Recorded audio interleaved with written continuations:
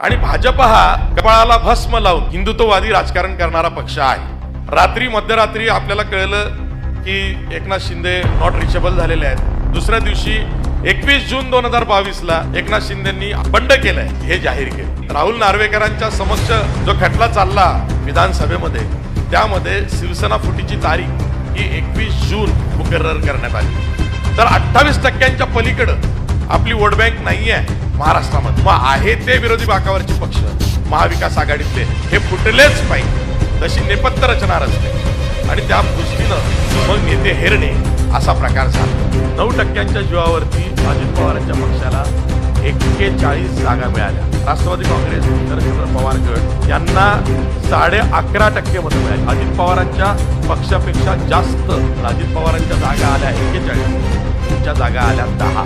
मोजलेली मतं आणि आलेल्या जागा याचं कुठंही समीकरण जुळत नाही। उद्धव ठाकरेंचं हेलिकॉप्टर चेक झालं की तुमच्या हेलिकॉप्टरमध्ये पैसे वगैरे देतात आणि उद्धव ठाकरे चिडले होते। तो पहिला संकेत होता की आपलं काम तमाम झालंय, यांचं काहीच सुचेना। काँग्रेस शरदचंद्र पवार पक्षाच्या 26व्या वर्धापन दिनानिमित्त घाटकोपर येथे संकल्प शिबिराचे आयोजन केले होते। यावेळी लोकमतचे पत्रकार आशिष जाधव हे उपस्थित होते। यावेळी आशिष जाधव यांनी भाजपचा चांगलाच बुरखा फाडला। भाजपने शिवसेना का फोडली, राष्ट्रवादी काँग्रेस पक्ष का फोडला याचा पुराव्यासहित मोठा गौप्यस्फोट केला। भाजप हा असा पक्ष आहे जो एक हाती त्यांना कधीच सत्ता मिळू शकत नाही, म्हणून इतर पक्षातल्या नेत्यांच्या मागे ते ईडी आणि सीबीआय लावायची आणि आपल्या पक्षात घ्यायचं असे अनेक गौप्यस्फोट आशिष जाधव यांनी केलेत। पाहुयात आशिष जाधव यांचं अभ्यासपूर्ण भाषण। म्हणजे भाजपचा हिंदुत्ववादी वोटबेस जो आहे तो महाराष्ट्रामध्ये 28% वर नाही आहे, तो वाढत नाही आहे। म्हणूनच मग शिंदे सेना आली आहे, म्हणूनच मग अजित पवारांचा पक्ष सोबत आला आहे, कारण तो वाढावा। भाजपचं हे मार्च 2022 ला नाशिकला जे चिंतन शिबिर झालं त्यामध्ये हे आलं की आपला वोट शेअर आता वाढत नाही आहे, तो 28% वर जाणार नाही। मग हे 28% वोट शेअर भाजपचा आला कुठून? तर 2014 ला जी विधानसभा निवडणूक झाली त्यामध्ये सर्व पक्ष स्वतंत्र लढले होते, प्रत्येकानं आपली स्वतःची ताकद स्वतः आजमावली होती। त्यामध्ये भाजपला 28% मतं मिळाली होती आणि भाजप हा कपाळाला भस्म लावून हिंदुत्ववादी राजकारण करणारा पक्ष आहे। तुमच्यासारखे नाही सॉफ्ट हिंदुत्व वगैरे किंवा काय, तसं नाही। त्यांचं कट्टर हिंदुत्व आहे आणि त्यांचं एक फिक्स आहे की आपली जी मतं आहेत ती पाणी ज्या वळणाचं त्याच वळणावर जातं, तसं आपली हिंदुत्ववादी मतं आहेत। सेक्युलर मतांकडं लक्ष द्यायचं नाही, त्यांचं ठरलेलं आहे। मग त्यांच्या लक्षात काय आलं नाशिकच्या चिंतन शिबिरात? 28% मतांच्या पलीकडं आपण जाणे शक्य नाही। मग काय केलं पाहिजे? शिंदे सेना वेगळी झाली, शिवसेना फुटली। मार्च 2022 ला चिंतन शिबिर झालं, ऑपरेशन 21 जुलैला झालं। म्हणजे किती महिन्यांनी झालं? 3 महिन्यात ऑपरेशन केलं। आणि त्याला पूरक म्हणजे आधी राज्यसभेच्या 6 जागांसाठी निवडणूक झाली होती, ज्यामध्ये शिवसेनेचा अधिकृत उमेदवार पडला आणि धनंजय महाडिक हा अतिरिक्त उमेदवार भाजपनं उभा केलेला राज्यसभेला तो निवडून आला होता। तेव्हा 6 मतं फुटली होती। त्या 6 पैकी माझ्या माहितीनुसार 5 मतं ही राष्ट्रवादी काँग्रेसची होती। धनंजय महाडिकनी त्याच वेळेस राष्ट्रवादीची 5 मतं राज्यसभेच्या निवडणुकीत फोडली होती 10 जून 2022 ला। 10 दिवसांनी 20 जून 2022 ला 10 जागांसाठी विधान परिषदेची निवडणूक लागली। या 2 दिवसाच्या कालावधीमध्ये महाराष्ट्रात काय झालं बघा।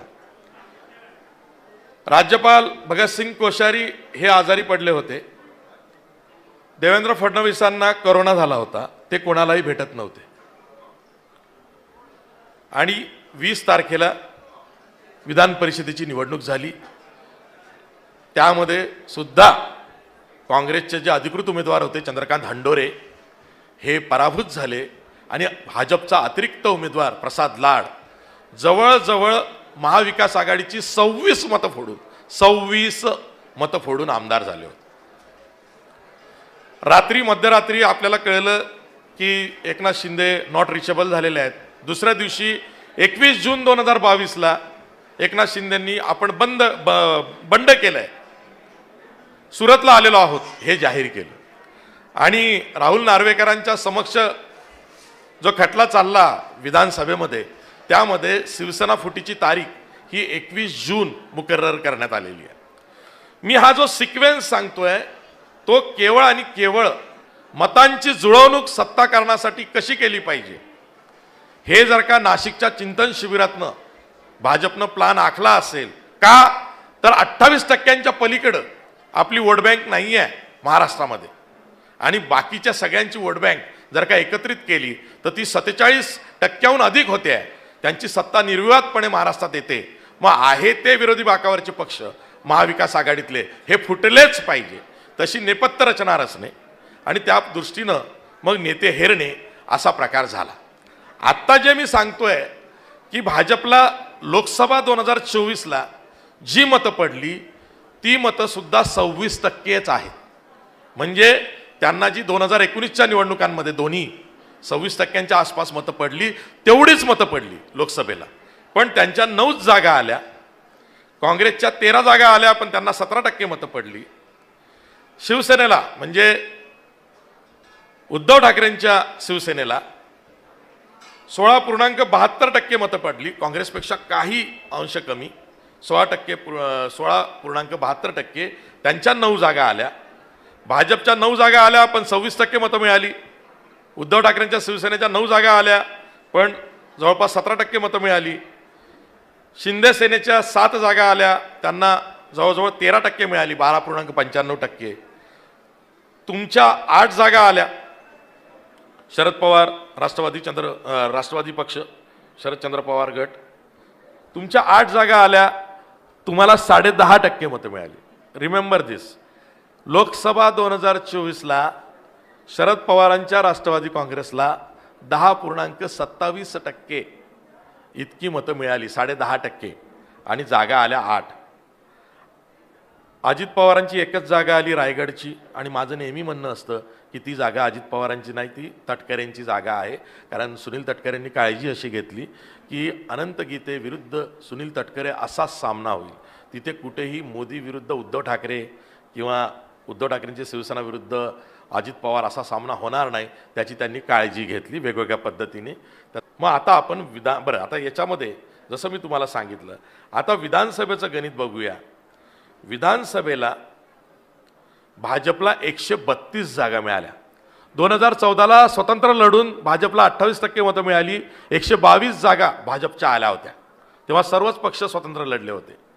पण 2024च्या विधानसभा निवडणुकीला महायुतीमध्ये लढून 3 पक्षांची युती करून भाजपला 26.77% मतं मिळाली. म्हणजे केवळ 0.5% वाढ ही लोकसभा टू विधानसभा झाली. लोकसभेला सुद्धा भाजपला 26.22% मतं मिळाली होती. विधानसभेला सुद्धा भाजपला 26.77% मतं मिळाली. 0.5% जेमतेम वाढ आहे. पण जागा किती आल्या? 132 जागा आल्या, जो रेकॉर्ड केला. या आजवर एवढ्या जागा महाराष्ट्रात एका पक्षानं अशा जेव्हा आघाड्यांच्या कोएलिशनचं वारं असताना आलेल्या नाहीत आघाडी युतीमध्ये लढून. शिंदे सेनेच्या 57 जागा आल्या, त्यांना जवळजवळ 12.5% मतं मिळाली. अजित पवार गटाच्या 41 जागा आल्या, मतं किती मिळाली? 9%.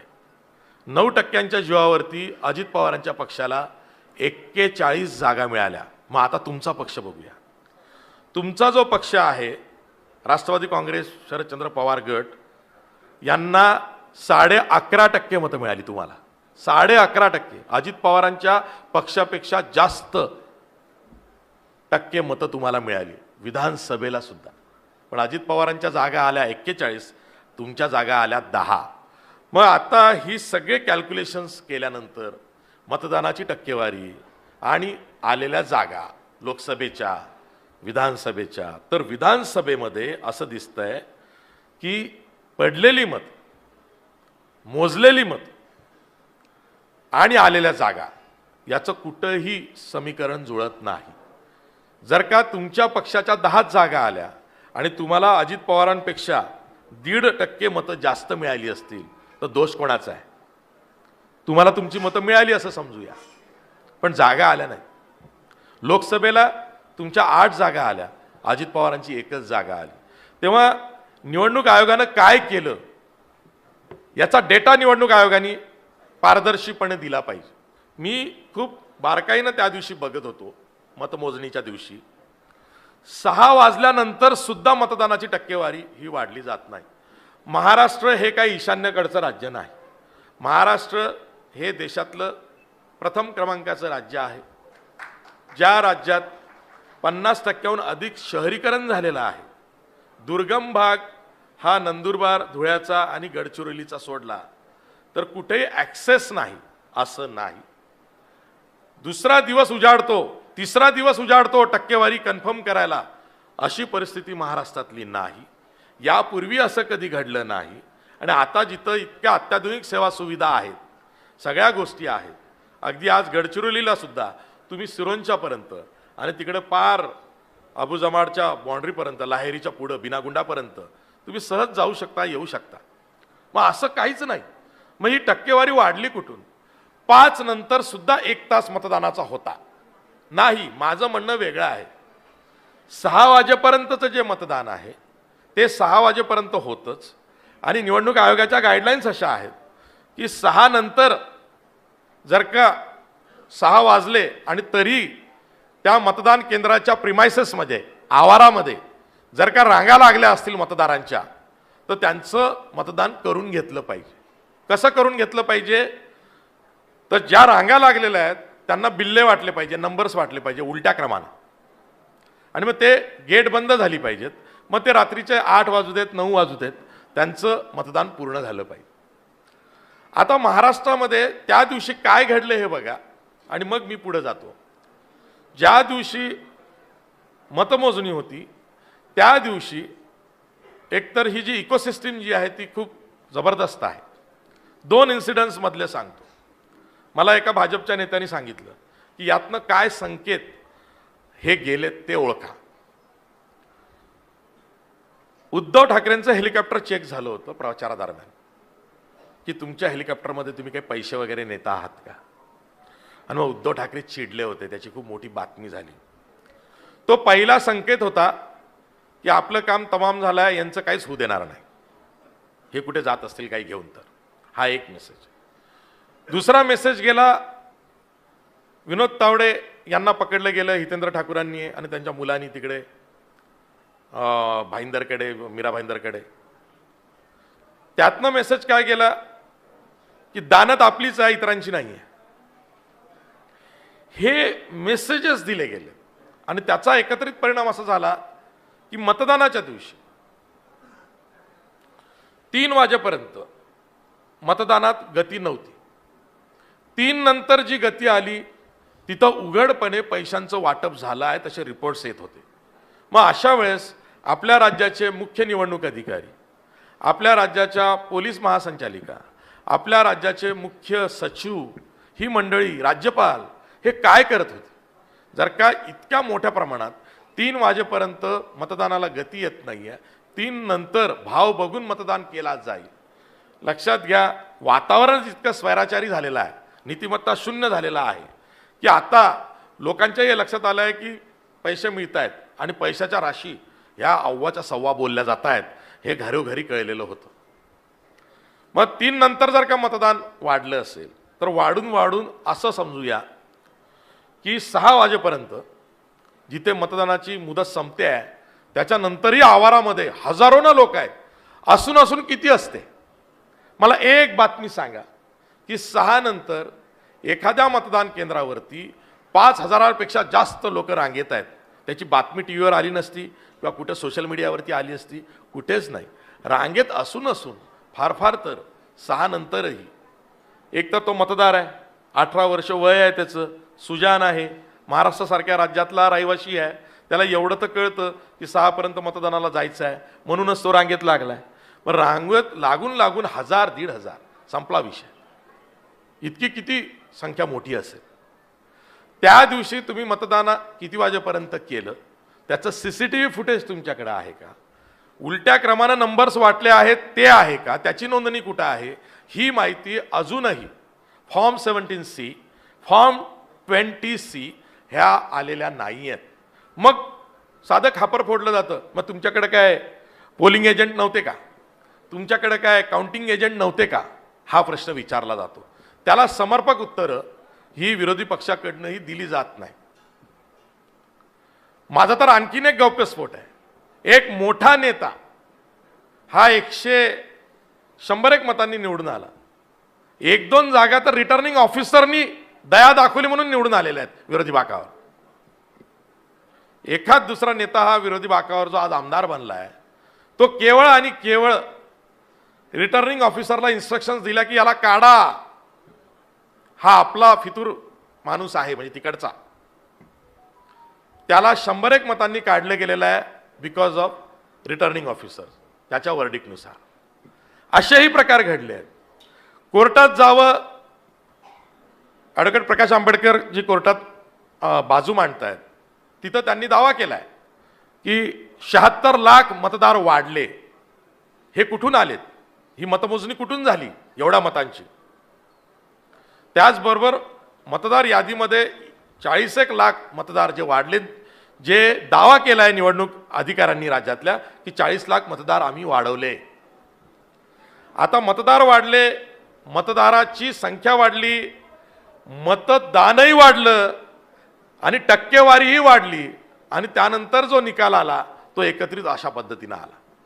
9 डिसेंबरला पंजाब हायकोर्टाचा जो निकाल आला होता त्याच्यावरती 9 डिसेंबरला तो निकाल आला.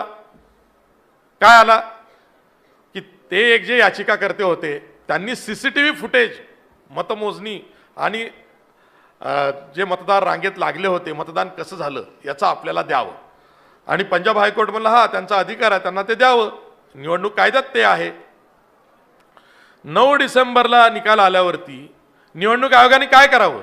निवडणूक आयोगाने 17 तारखेला 17 डिसेंबरला लॉ मिनिस्ट्रीला पत्र लिहिलं की आम्हाला निवडणूक रूल्स अँड रेग्युलेशनमध्ये जी आमची नियमावली आहे त्यामध्ये बदल करायचा आहे. आणि त्याच्यामध्ये 4-5 बदल सांगितले. त्यातले 2 बदल हे करण्यालायक होते, पण एक महत्त्वाचा बदल असा होता, आम्हाला जी योग्य वाटेल तीच माहिती आम्ही माहितीच्या अधिकारात कोणी मागितली तर देऊ. त्याला 2 दिवसात 48 तासामध्ये लॉ मिनिस्ट्रीने त्यांना ग्रीन सिग्नल दिला. त्यांनी तो अमेंड केला, कोर्टात सादरही केलं. बघा किती हिंमत वाढली आहे. हायकोर्टाचा निकाल जर का आपल्या विरोधात गेला तर आपण नियमावलीच बदलवून टाकू, कायदाच बदलवून टाकू. तिकडे संसद सुरू आहे नाही आहे त्याचा विचार नाही आहे. लॉ मिनिस्ट्रीला आम्ही कळवू, लॉ मिनिस्ट्री सांगेल तुम्ही करा, आम्ही केला. आणि मग तो याचिका करत फक्त तिकडे झगडत बसू दे, सुप्रीम कोर्टात जाऊ दे, काय वाटेल ते होऊ दे. आता राहुल गांधीला जे उत्तर दिलेलं आहे की आम्ही कॉन्स्टिट्युएन्सी वाईज सगळा डेटा तुम्हाला देऊ. कोणता डेटा देणार? जे देणं योग्य आहे असं वाटेल तेच दिलं जाईल. म्हणजे इथंही पारदर्शकता तशी नाही आहे. माझं म्हणणं हे आहे की राज्याचे मुख्य निवडणूक अधिकारी, तत्कालीन मुख्य निवडणूक अधिकारी चोकलिंगम साहेब, अतिरिक्त मुख्य निवडणूक अधिकारी किरण कुलकर्णी यांची भूमिका काय होती मतदार यादी अपडेट करताना, मतदारांची नोंदणी करताना? 40 लाख वाढले कशाच्या जीवावरती? मान्य आहे सत्ताधारी भाजप हे सांगतोय की प्रोत्साहन दिलं गेलं, आम्ही राजकीय पक्षांनी सुद्धा मतदार हुडकून आणले. अरे तुझं नाव नाही आहे, चल तिकडे. अरे तू नुकताच जन्मलाय, सॉरी 18 वर्षाचा झालाय, चल तिकडे. असं आम्ही केलं. आता पृथ्वीराज चव्हाणांनी जो आरोप केलाय त्याकडे मला लक्ष वेधायचं आहे, कारण ही बाब माझ्याही त्या दिवशी लक्षात आली होती. पृथ्वीराज चव्हाण असं म्हणतायत की अनेक ठिकाणी एकतर 5 टप्प्यांमध्ये निवडणूक झाली महाराष्ट्रातली. महाराष्ट्रात 5 टप्प्यांमध्ये विधानसभा निवडणूक घेण्याची गरज नव्हती. महाराष्ट्र काय असा प्रदेश नाही आहे की जिथे 5 टप्पे, फार फार तर 2 टप्पे. म्हणजे काय, नक्षलग्रस्त भाग जो आहे गोंदिया, भंडारा, गडचिरोलीचा तो वेगळ्या ठिकाणी टाका, पूर्व विदर्भ, आणि बाकीचा उर्वरित, किंवा 3 टप्पे, 2 टप्प्यांपर्यंत ठीक आहे. 5 टप्प्यांमध्ये जी निवडणूक महाराष्ट्रात झाली त्या 5 टप्प्यांमध्ये असंही झालं असण्याची शक्यता नाकारता येत नाही की तिकडच्या पट्ट्यामध्ये जर का मतदान आहे तर इकडनं मतदार तिकडे गेले आणि तिकडे मतदान करून आले. 5व्या टप्प्यामध्ये पहिल्या टप्प्यातली लोक आणली. हे तर काहीच नाही. रिपोर्ट्स तर अशा आहेत की मध्य प्रदेश, छत्तीसगड, तेलंगणा इथून सुद्धा मतदार येऊन महाराष्ट्रात मतदान करून गेले. इकडे कर्नाटक. तर मग असं सगळं झालं असेल तर पारदर्शकता आहे कुठं? कुठं आहे फ्री अँड फेअर इलेक्शन? इथे संस्था जी आहे तीच मॅनेज झाली आहे का, हा जो सवाल विचारला गेलाय आणि हाच मुळात हादरवणार आहे की तुम्ही आंधळी कोशिंबीर करताय, तुम्ही मतदान करताय, पण तुमच्या मताचं काय होईल हे तुम्हाला माहिती नाही आहे. मतमोजणीमध्ये तुमच्या मताला सर्वांमध्ये एक मत असं मोजलं जात आहे. मग इथं जो निकाल लागलेला आहे तो खरंच फ्री अँड फेअर आहे का, तो खरा आहे का, याचा विचार करण्याला आहे का. आता आपण जाऊया इथून पुढची परिस्थिती. काय आहे पुढची परिस्थिती? आज महाराष्ट्रामध्ये 4.5 वर्ष झालेले आहेत. स्थानिक स्वराज्य संस्था नावाला प्रकार नाही आहे. फक्त 2 जिल्हा परिषदा आहेत की जिथे आज स्थानिक स्वराज्य संस्थांच्या सत्ता आहेत. सगळीकडे प्रशासक राज आहे. मुंबई महापालिकेवरती जी सर्वात जुनी महापालिका आहे देशातली, तिथे आज 3.25 वर्ष होतील. मार्च 2022 प्रशासक आला तो आजपर्यंत आहे. कुठे नगरसेवक नाही. सगळं बाबूराज आहे. वेडं वाकडं खोदकाम झालेलं आहे. रस्त्यांची कामं काढलेली आहे. जसं जयंत पाटील म्हणाले की प्रचंड वर्क ऑर्डर्स गेलेल्या आहेत. पैशाची तजवीज नाही आहे. राज्य निवडणूक आयोगाला राज्य मंत्रिमंडळाच्या सल्ल्यानुसार काम करण्याची मुभा आहे, स्वतःचा निर्णय घेण्याची नाही. मग जे राज्य निवडणूक आयोग राज्य मंत्रिमंडळाच्या सल्ल्याने निवडणूक घेणार आहे, तारखा राज्य मंत्रिमंडळ ठरवणार आहे, त्याच्या आधी एक हादरा बसला मतदारांना. तो काय बसला की राज्य निवडणूक आयोगाने आता आपल्याला स्थानिक स्वराज्य संस्थांच्या निवडणुका घ्यायच्या आहेत म्हणून ज्या मतदार याद्या अपडेट केल्या त्यामध्ये 7 लाख मतं वाढली. केंद्रीय निवडणूक आयोगाने राज्य निवडणूक आयोगाला सांगितलं ते 7 लाख मतं मतदान करू शकणार नाही. विधानसभेची जी मतदार यादी आहे तीच घेऊन तुम्हाला निवडणुका घ्याव्या लागतील. तिथं सुद्धा बंधन आणलेलं आहे. म्हणजे राज्य निवडणूक आयोगाचे हात हे बांधलेले आहेत. त्यांनी जी काही कवायत केली तिथं जो जनतेचा पैसा गेला मतदार याद्या अपडेट करण्यामध्ये, नोंदणी करण्यामध्ये, ती 7 लाख मतं आम्ही विचारात घेणार नाही. तुम्हाला विधानसभेच्याच मतदार यादीवर निवडणुका घ्याव्या लागतील. माझ्या माहितीनुसार आणि मला जे दिसतंय ते मुंबई महापालिका सगळं काही आहे. हा जो गोल्डन ट्रँगल आहे मुंबई, नाशिक, पुणे, यात महायुतीचा जीव आहे. नागपूर समृद्धी महामार्ग वगैरे ते तर मुंबईतनं बाहेर काढण्यासाठी आहे. जसं बुलेट ट्रेन ही जी आहे अहमदाबाद मुंबई, हे मुंबईतून अहमदाबादला नेण्यासाठी आहे, तसं समृद्धी कॉरिडॉर जो आहे तो मुंबईतून नागपूरला नेण्यासाठी आहे. तेव्हा मुंबईचे लचके हे तसेही तोडले जात आहेत आर्थिकदृष्ट्या. जरी मुंबई ही देशाची आर्थिक व्यावसायिक राजधानी असली, जयंत पाटलांनी सगळं सांगितलं मुंबईविषयी, त्यातला एक मुद्दा जो लेटेस्ट माझ्या लक्षात आला आहे तो, या गेल्या 5-6 वर्षांमध्ये काय झालंय, महाराष्ट्राच्या पुढं गुजरातला न्यायचं आहे आणि त्यासाठी सर्वतोपरी प्रयत्न चाललेले आहेत. आज आर्थिक गुंतवणूक जी आहे, खास करून जी विदेशी गुंतवणूक आहे, परकीय गुंतवणूक म्हणतो आपण, FDI, त्यामध्ये महाराष्ट्र नाही म्हटलं तरी 1,64,000 कोटी इतकी गुंतवणूक महाराष्ट्रात होते. प्रथम क्रमांकाचं राज्य आहे. पण एक्सपोर्ट जर का तुम्ही विचार केला तर गुजरातचा एक्सपोर्ट जास्त होतोय. गुजरातमधली शहरं जी आहे एक्सपोर्टची ती महाराष्ट्रात मुंबई, पुणे सोडली किंवा सबर्ब मुंबईचं हे 3 शहरं सोडली, सबर्ब मुंबई आणि पुणे हे 2 ठिकाणं सोडली तर बहुतेक ठिकाणी पहिल्या 10 मध्ये ज्या एक्सपोर्ट करणाऱ्या सिटीज आहेत पहिल्या 10तल्या त्या सगळ्या, जामनगर प्रथम क्रमांक, नंतर भरूच, कच्छ, अहमदाबाद, गांधीनगर हे सगळे गुजरात आहेत. म्हणजे हे स्थित्यंतरं चाललेली आहेत. धुळ्यामध्ये आमदारांचं अंदाज समिती शिष्टमंडळ जाते, आमदारांचं 11 आमदार जातात. तिथे 1,64,00,000 रुपयाची रक्कम आमदार अर्जुन खोतकर यांच्या PAच्या नावावर बुक असलेल्या रूममध्ये सापडते.